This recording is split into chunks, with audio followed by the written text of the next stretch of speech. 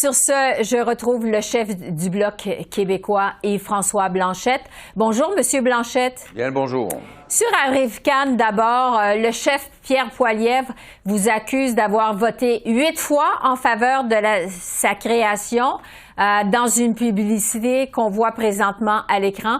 Qu'est-ce que vous répondez à ça? Est-ce qu'on va vraiment détourner l'attention d'un enjeu important comme potentiellement un scandale de dizaines de millions de dollars pour propager les slogans de M. Poilievre qui nuit à la politique québécoise et à la politique canadienne présentement? Sur le fond, les conservateurs n'ont pas demandé de vote sur un enjeu précis ou spécifique. Lors des crédits de 2021 ou de 2022, ils ont voté contre l'ensemble de l'œuvre. Ils ne se sont pas focalisés sur Arrive-Can. Il n'y avait pas plus de chiffres que personne. C'est encore une fois de l'espèce d'esbrouffe, de désinformation conservatrice que les gens n'écoutent pas et à laquelle je n'ai pas envie de faire de publicité. Les conservateurs ont proposé aujourd'hui une motion pour faire la lumière sur Arrive-Can. Est-ce que vous allez voter pour au Bloc? On verra au moment de voter, mais la motion des conservateurs contient 2 des 4 éléments que j'ai moi-même proposés la première fois où je suis intervenu sur Arrive-Can, c'est-à-dire que le premier ministre reconnaisse sa responsabilité, qu'une enquête indépendante, parce que la vérificatrice générale ou la GRC ou les comités ne peuvent pas couvrir l'ensemble de l'enjeu. Donc, une enquête indépendante, des procédures pour récupérer l'argent que j'ai proposé dès la première journée. Ça va de soi, on ne peut pas se faire collectivement voler des dizaines de millions de dollars. Et aussi, bien sûr, une tutelle. Une institution qui s'est enfargée pour 60 millions de dollars ne peut pas avoir des administrateurs qui restent simplement en place. Donc, sur le principe, on ne peut pas être contre ça, puisque c'est largement inspiré de ce que nous-mêmes, on a proposé il y a déjà assez longtemps. Parlons de la nouvelle loi sur les préjudices en ligne. Maintenant, le gouvernement a pris son temps, mais vise d'abord à protéger les enfants. Allez-vous appuyer le projet de loi et cette idée d'ombudsman? J'ai l'impression qu'on ne sera pas aussi pointu et rapide que ça.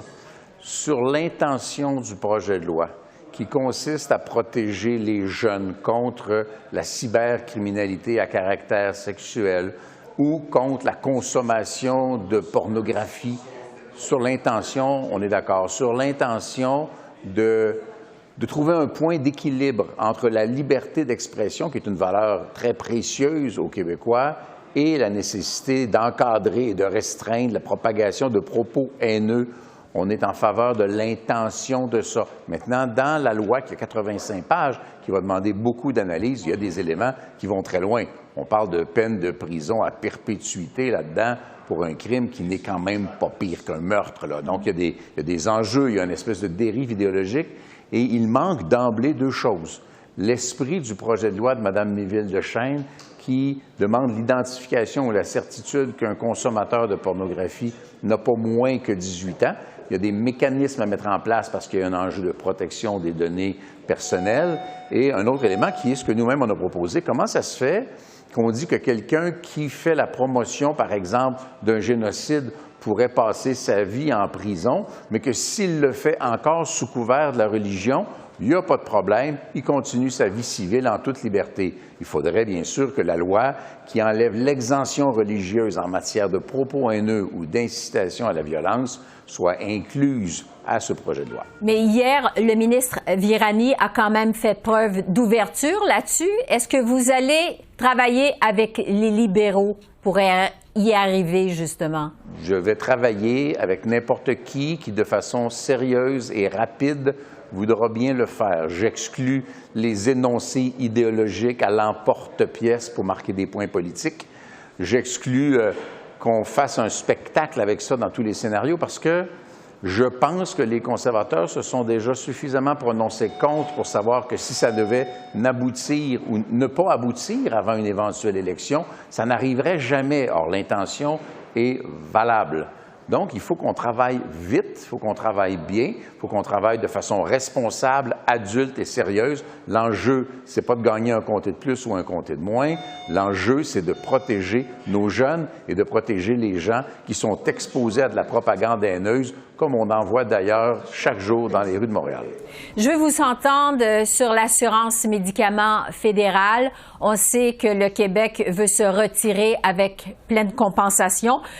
Pourquoi les Québécois ne devraient pas recevoir cette aide supplémentaire, comme pour le diabète, par exemple? Ce n'est pas une aide supplémentaire. Le régime québécois d'assurance médicaments couvre déjà les médicaments pour le diabète de type 1 et le diabète de type 2 et les contraceptifs. Ça n'ajoute rien. Ça veut remplacer par Ottawa, avec l'argent d'Ottawa, ce qui est déjà fait à Québec. Mais ça ne m'inquiète pas tant que ça, à part l'espèce de volonté de centralisation, parce que le député de Rosemont-Petite-Patrie, Alexandre Boulris, m'a confirmé publiquement sur les réseaux sociaux que le Québec avait droit sans condition à une pleine compensation financière en vertu d'un droit de retrait. Et je n'ai pas entendu personne dire le contraire. Donc, ma compréhension, c'est que dans sa version finale, le projet va permettre à Québec de dire « Donnez-moi l'argent, j'embarque pas dans votre programme » et ce sera la fin de l'histoire et ce sera de toute évidence un gain du Bloc québécois. Donc, pas un plus pour le Québec. Sur l'immigration...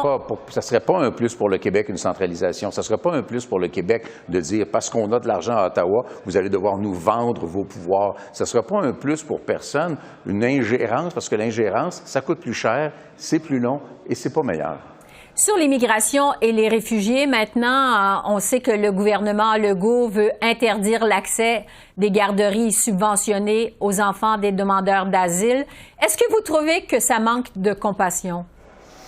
Je trouve que ça crée un malaise dont l'Assemblée nationale disposera parce que le message qu'on doit offrir aux gens qui se retrouvent au Québec avec une connaissance incertaine de leur lieu d'atterrissage, de là où ils vont vivre, et en excluant bien sûr les gens qui le font de façon mensongère, qui ne sont pas à la recherche vraiment d'un refuge parce qu'ils sont en danger.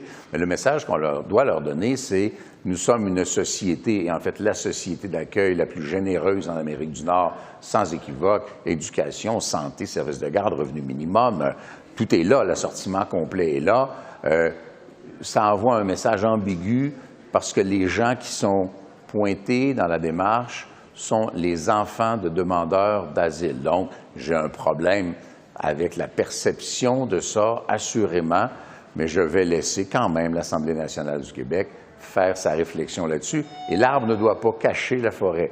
Nous avons un énorme problème quand, toute connaissance de cause, le gouvernement fédéral laisse le Québec s'arranger seul avec 20 de la population du Canada, et 22,1 et au-delà de 50 des demandeurs d'asile sur le territoire québécois. On est rendu à 1 milliard de dollars de dépenses. Le gouvernement fédéral continue à ne pas vouloir rembourser l'argent qu'il a lui-même demandé à Québec de dépenser.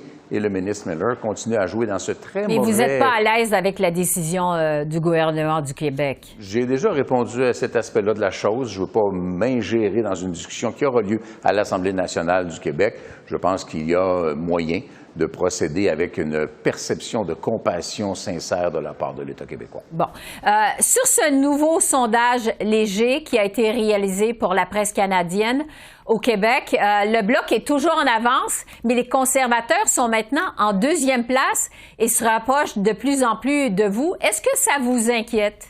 Est-ce que vous vous sentez menacé? Je ne sais pas à quel sondage vous référez précisément, mais on a vu au cours des 7 derniers mois depuis juillet dernier, et en particulier depuis novembre, il doit y avoir au-delà de 50-55 sondages qui ont été faits, ce qui est énorme. Dans tous les cas, sauf 4, et dans tous les cas, sans exception depuis novembre, le Bloc québécois est en avance. De façon générale, les libéraux sont en deuxième. Un sondage ne changera pas la donne, et ça choque beaucoup les conservateurs, parce qu'au Québec, ils sont troisième, alors qu'ils sont premiers partout au Canada. Ils sont maintenant deuxièmes, selon ce sondage. Selon ce sondage, puis il y avait un abacus qui date de quelques jours, qui mettait les conservateurs 13 points en arrière du Bloc québécois et, je crois, 5 points en arrière des libéraux. Un sondage, l'autre, le lendemain.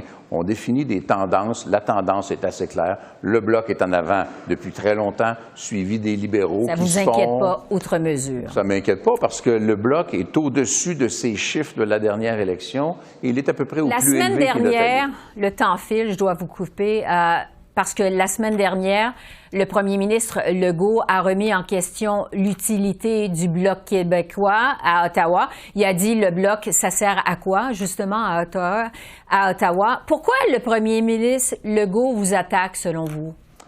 Je ne crois pas que c'était une attaque contre nous. Je pense que c'était une attaque. Il vous remet en question, votre formation politique. C'était une attaque contre Paul Saint-Pierre Plamondon, qui l'avait probablement pincé en période de questions.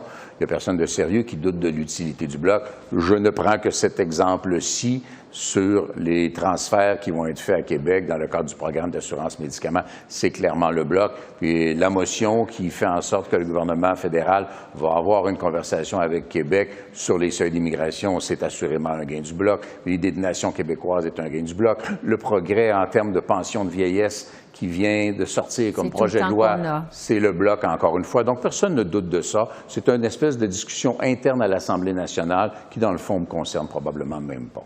Yves-François Blanchette, merci beaucoup. Merci de votre temps. Un plaisir.